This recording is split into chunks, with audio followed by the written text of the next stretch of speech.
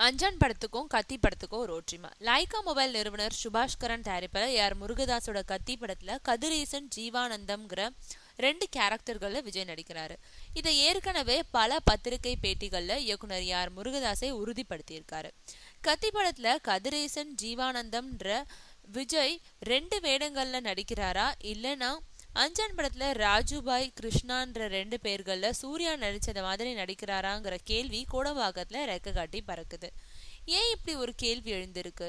கதிரேசன் ஜீவானந்தம்னு 2 வேடங்கள்ல நடிக்கும் விஜய்க்கு கெட்டப்ல எந்த மாற்றமும் இல்லைன்றது ஒரு பக்கம் இருக்க, கத்தி படத்தோட கிளைமேக்ஸ்ல கதிரேசன் பேர்ல வில்லன் கூட்டத்துல ஜீவானந்தம் ஊடுருவி வில்லன் கூட்டத்தை அழிக்கிறது மாதிரி காட்சி இருக்குன்னு தகவல் கசிஞ்சதுனாலதான் இப்படி ஒரு கேள்வி எழுந்திருக்கு. அது மட்டும் இல்ல, கத்தி படத்துல விஜயோட ஒரு கெட்டப் மட்டுமே இது வரைக்கும் வெளியிடப்பட்டிருக்கு.